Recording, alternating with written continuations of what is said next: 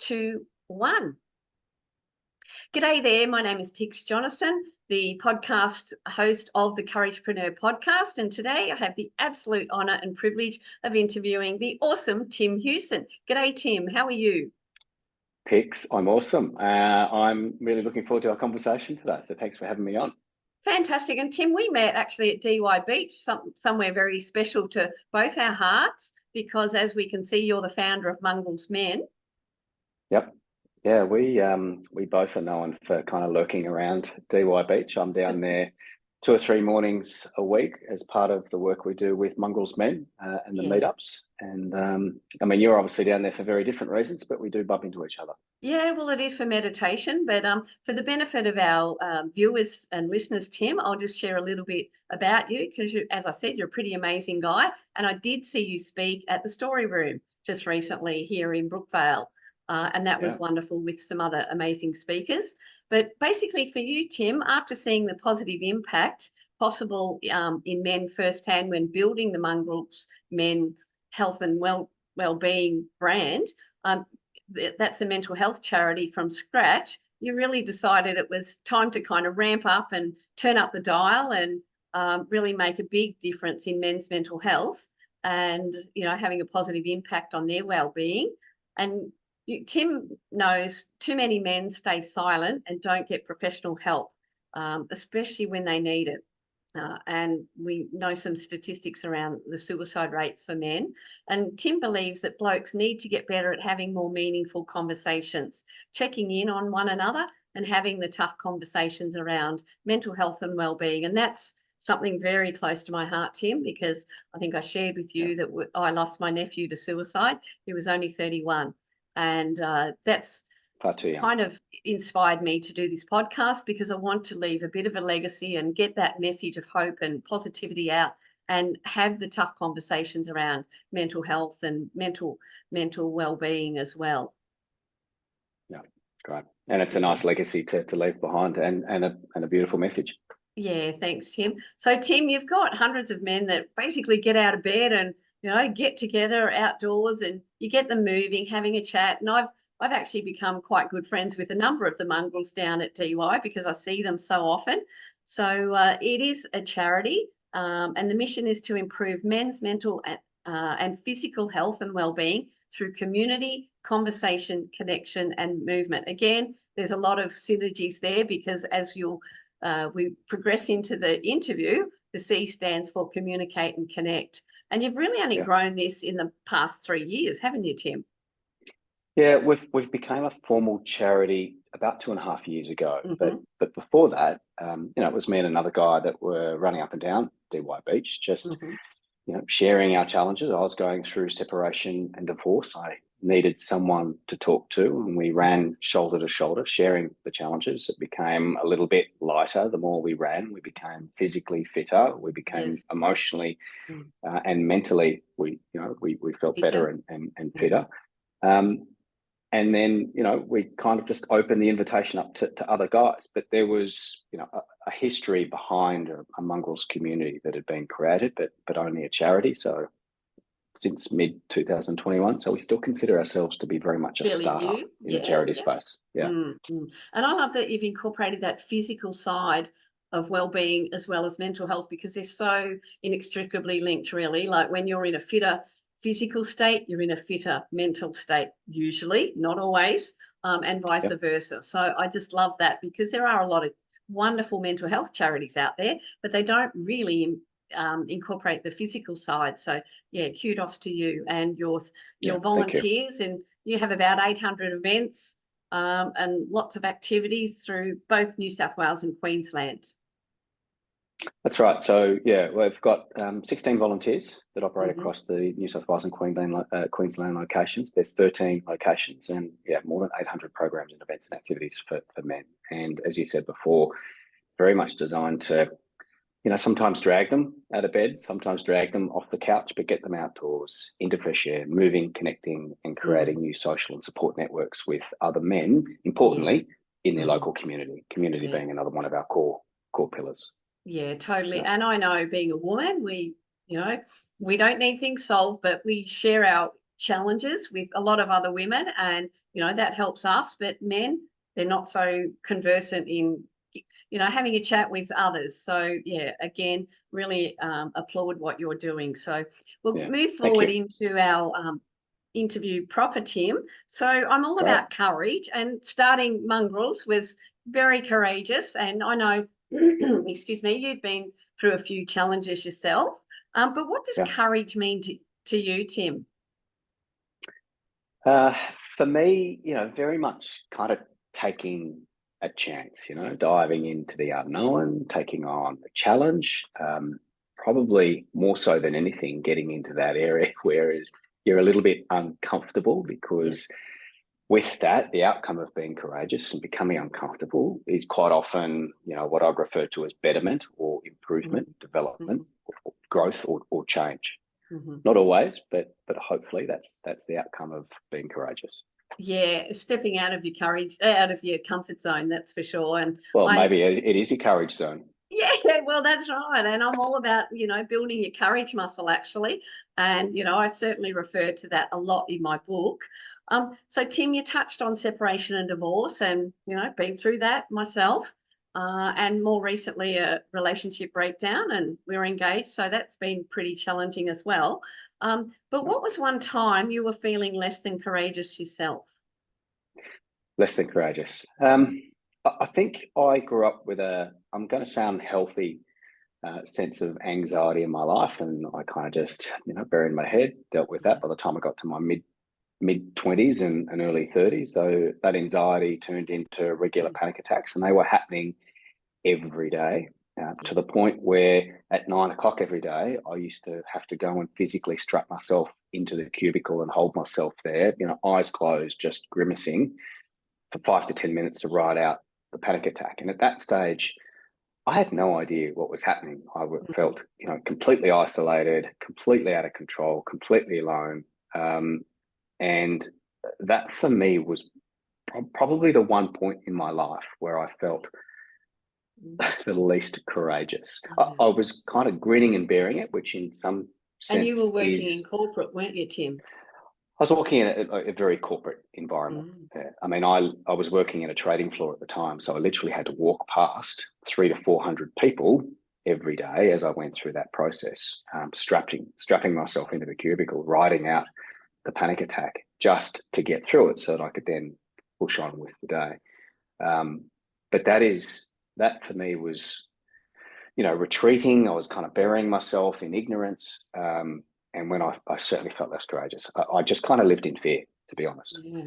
Yeah. And thank you so much for sharing, Tim. Like that, I honestly don't know how you kept going. Like, to be in such a high pressure corporate role as the trading room, where it's like seconds kind of matter, and then to have that panic attack. So thank you so much for sharing. That's okay. That's okay. I'm hoping, with all of these things, you share your stories, others listen and learn, realise that they're not alone, and then the outcome being hopefully they're talking to somebody or getting some help. Yeah, inspire them to go, wow, me too, so I can have a chat with someone as well. There's people out there. Yeah, on the flip side, what was one time you were really courageous? You felt really courageous, Tim?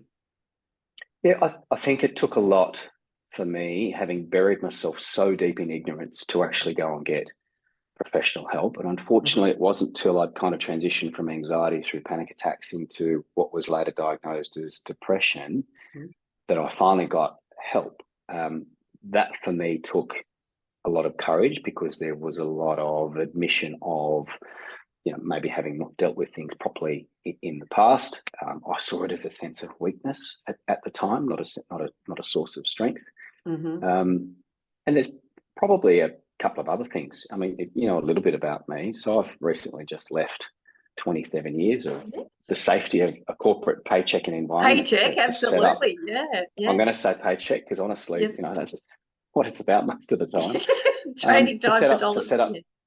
Yeah, exactly. To set up my own business, because, I've learned in the last 3 years in the work that we've done through the charity, and even before that, longer with Mongrels Men, that there's an opportunity to really turn the dial and improve.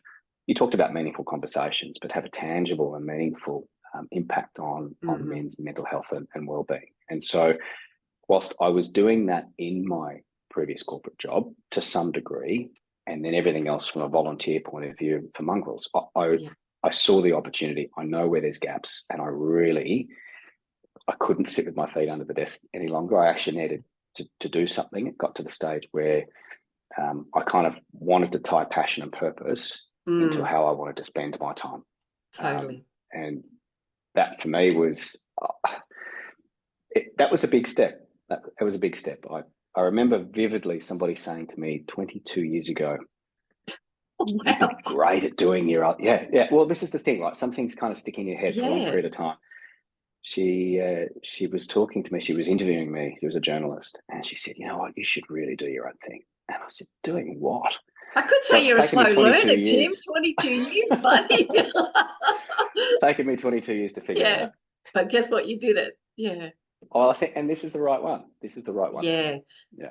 I get that too. And, you know, purpose and passion, but also profit, or, you know, to monetize it. There's absolutely nothing wrong with that when you're creating and leaving such a bigger impact than yourself, more than you can do in your trading room job. Yeah. And this is, you know, I'll always have the volunteer work that I do for Mongrels, and I want to continue to spend more time doing that, actually doing my own thing. It allows me to allocate and dedicate more time to that. But I can still turn the dial in other areas.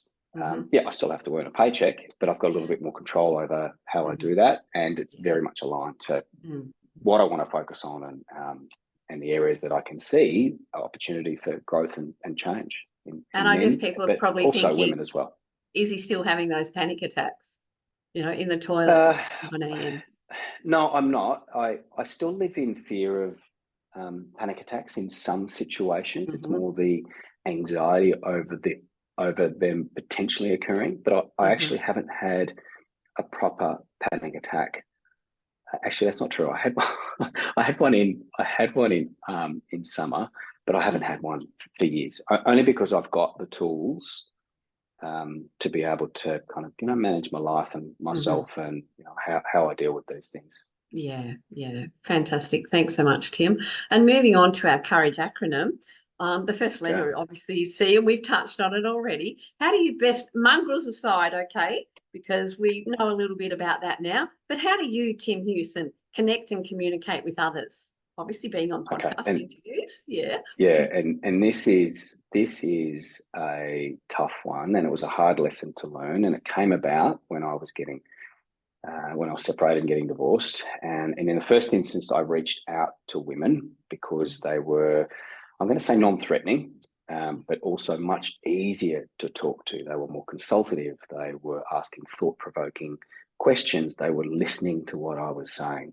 And where I got to was a realization that I was having much more meaningful conversations. So if you ask me now how I connect and how I communicate with others, listening in the first instance, but actually communicating in a much more meaningful way. So, you know, blokes very easily kind of fall into the trap of what I call beers and bullshit. You know, you go down to the pub, you slap each other on the back, you have a beer, and you're down there for hours, and you actually don't dig into anything apart from the football score.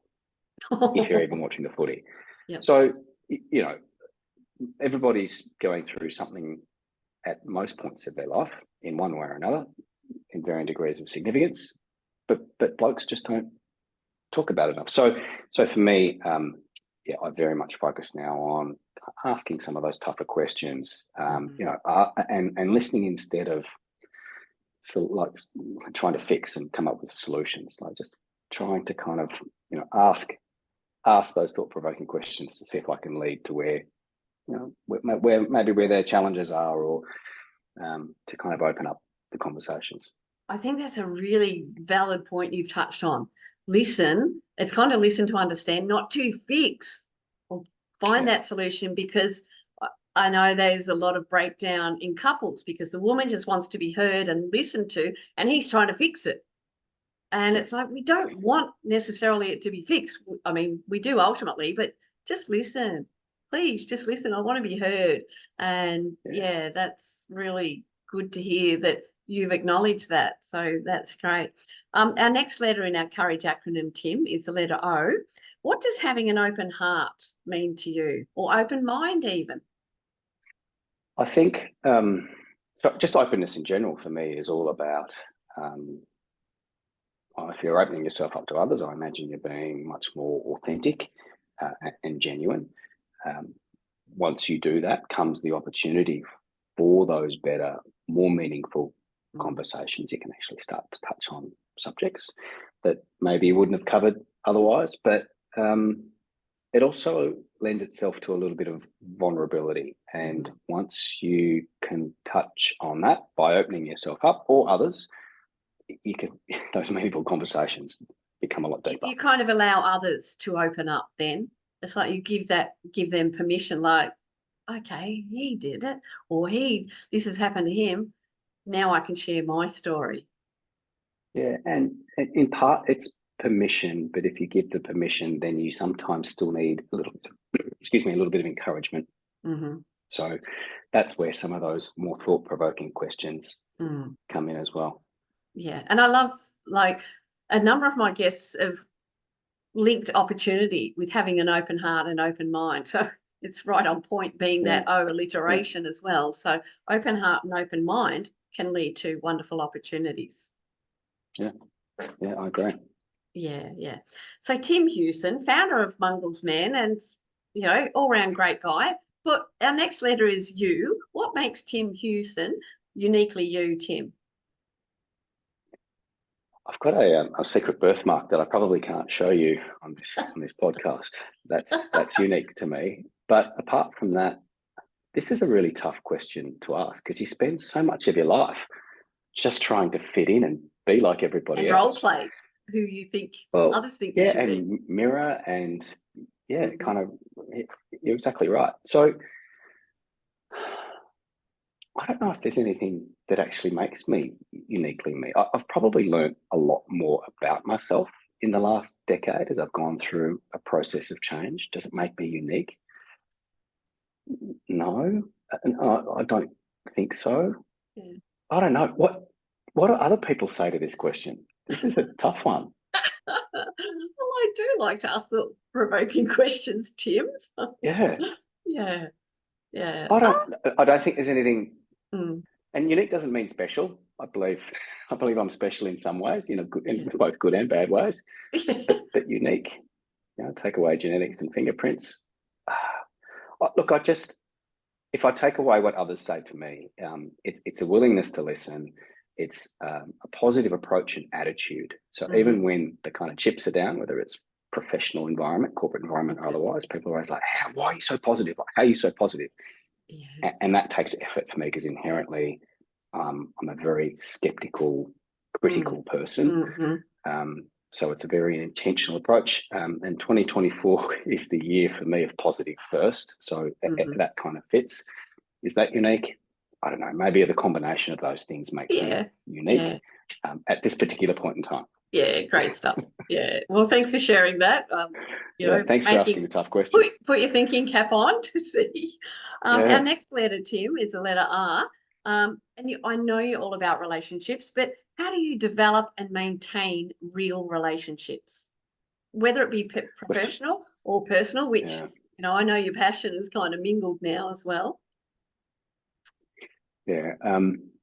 I would say, and we talked a lot about listening, so having to be a good listener. But if I learn from my own experiences, I used to have what I'd consider to be different personas. There was corporate Tim that put on a suit and tie and went off to work, and he left his authentic self at the front door of the office when he walked in, and that was me. That was all everybody knew. And then there was kind of personal Tim, he was father and guy that played footy on the weekends and did all that sort of stuff. And those two never met. In fact, I've only ever had 3 people in my life kind of cross the personal into friendship bridge, which maybe that's what makes me unique. But in the last decade, I've blended that together by being significantly more authentic. And so if you ask what I think's important about a relationship, listening is absolutely critical. Good listening, absolutely. But if you are anyone other than your authentic self, the relationship in any way, shape or form, professional, personal, loving relationship, it is, in my opinion, probably doomed to have a limited lifespan. Yes. Yeah, I was actually going to use that word too, doomed. Mm. Yeah. Yeah, Unless it the other sounds a bit person's like abrasive, that, but then, you know, whatever works for people. But yeah, and I think, well, Mel Robbins brought a lot of that about authenticity, vulnerability, and people can say, oh, those words are overused and all that. But and I do believe COVID was an amplifier for being your authentic self for me, hand on heart. You know, I've developed my podcast. It's a podcast, COVID baby, and my newsletter. I'm reigniting that because I see the purpose in it. So, yeah, having that listening and understanding, developing is really critical in developing those real relationships. And a former manager of mine, Tim, and now friend, so moving from the professional to personal, she said, we are one person, Pix. We are one person. I get what you said about corporate Tim and personal Tim, but I guess I've always been me. You know, my friends say, oh, you're unique. And I said, we all are. But yeah, just that listening and really listen to understand develops those real relationships and being your authentic self. So thank you for sharing that. And you said about having a positive attitude. Your friends say that, Tim. Our next letter in the Courage acronym is the letter A. How do you maintain that awesome or amazing attitude? Like you said, you have to work at it. So how do you do that? Yeah, you do have to work at it, and I'll be honest in saying it doesn't come naturally. It's not always a positive attitude, but that is the reason why positive first for me is like one of my themes for 2024. Yeah, you have to do the things that make you feel good. You have to do the things, whether they're big or little, that give you joy and energy and kind of keep you moving forward. And for me, you know, that's sunrises, it's exercises, it's having good conversations, it's hanging out with friends and family, and doing those things that everyone talks about filling their cup up. And it's that kind of concept. It's doing the things that kind of keep you moving and feeling good. I know that if I don't get in the water, and that's every day of the year, I start to feel a bit funny, you know, like something's missing from my life. If I don't exercise, I kind of feel a bit slumped, and it could be a walk, it could be a game of soccer, you know, it could be anything for me. Surf, swim, run, Pilates, yoga. There's plenty to choose from. But have you got into the if ice I'm bath not moving movement yet, Tim? No, I still swim every day in winter. I still get in the water, but I haven't transitioned to ice baths yet. Same. My friends have. It's like, no. And I'm not saying never. It'll happen. Yeah, it'll happen. Yeah, I think for me, it's probably knowing what gives you energy and knowing what. I mean, people talk about fill your cup up, so I'll use that. Yeah.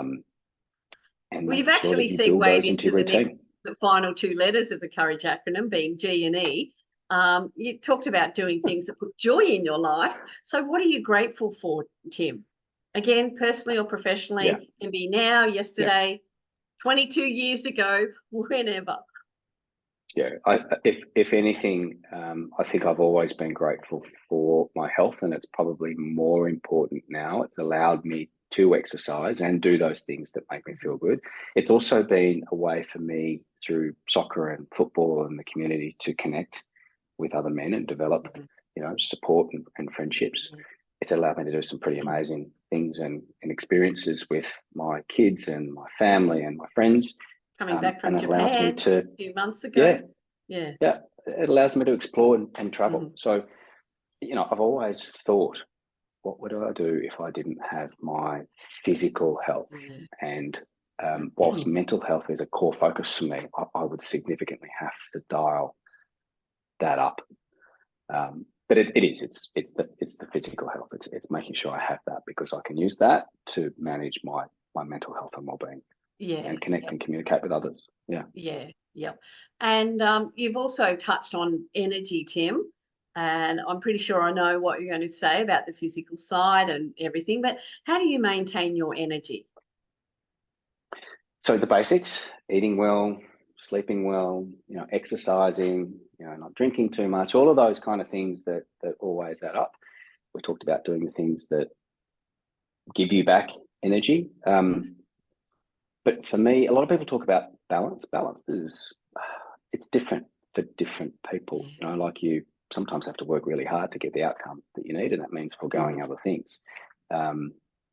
So then you have to tip the scales at some point back the other way, and on your traditional working Dial week, it down a bit. you're skewed towards 5 days, and you only get 2 to kind of relax and replenish. And sometimes that means for me taking a down day and making sure that, all right, well, for today, it's wet and raining. I'm just going to sit on the couch and watch movies for a few hours and smash a bucket of popcorn. And not feeling guilty about that. Yeah. And let's go that packet of Tim Tams as well. Let's throw it all in and like make the style. But it is realizing you can't run at 1,000,000 miles an hour all the time. I used to be that guy.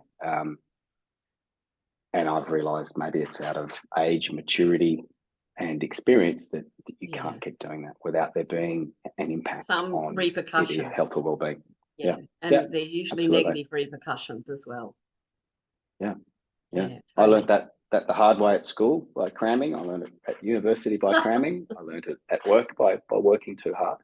And it's probably only been in the last few years I've really started to focus on making sure that I make those adjustments to get a little bit of balance back in my life and focus on those things. And I can't operate in this space if I don't live and breathe.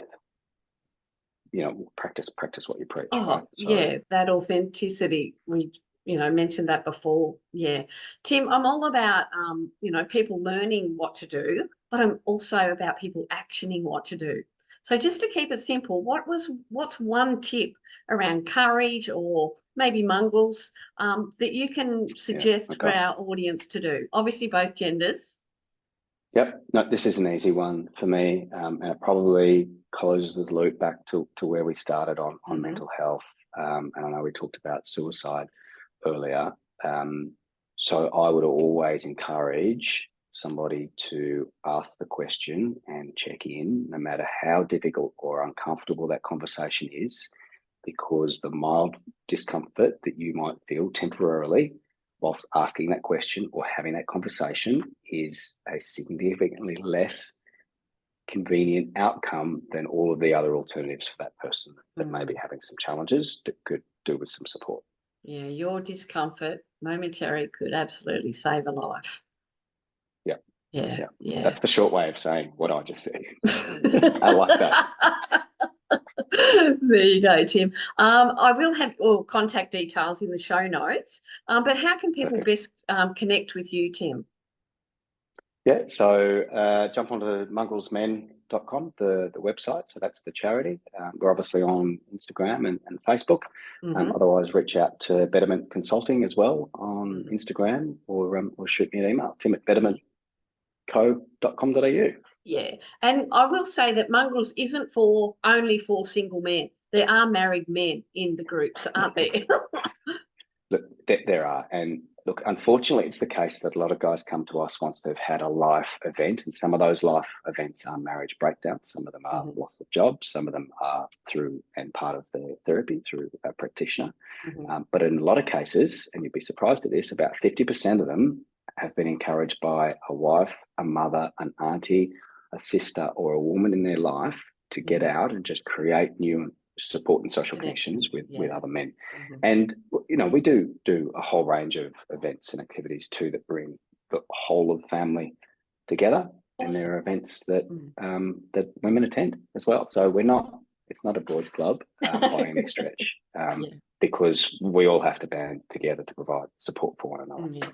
The old saying, it takes a village to raise a child. Wow, it really takes a community to help people, males and females. Yeah, fantastic. I'm going to use that, by the way. It takes a community to help a man, something like that. I'll refine it. And we'll work on that when we catch up down DY next time. Perfect. Fantastic. Any closing remarks or comments, Tim? No, thank you for the invitation for today. I think it's always important to have these conversations. Different people have different experiences, so it's nice that you know, we get to share those. And I hope somebody's learned something from today or enjoyed it. And don't reach out via my socials or email asking to see my birthmark. That's not going to happen. You put it out there, buddy, but anyway, all good. I know. Well, Tim Hewson, Mongrels Men, thank you so much for your vulnerability, your sharing, your authenticity today. Really appreciate it. And you have a wonderful day, Tim, and keep changing lives positively. Thanks so much. Thanks, Pix. You too. Great work. Thank you. Cheers. Thanks for having me.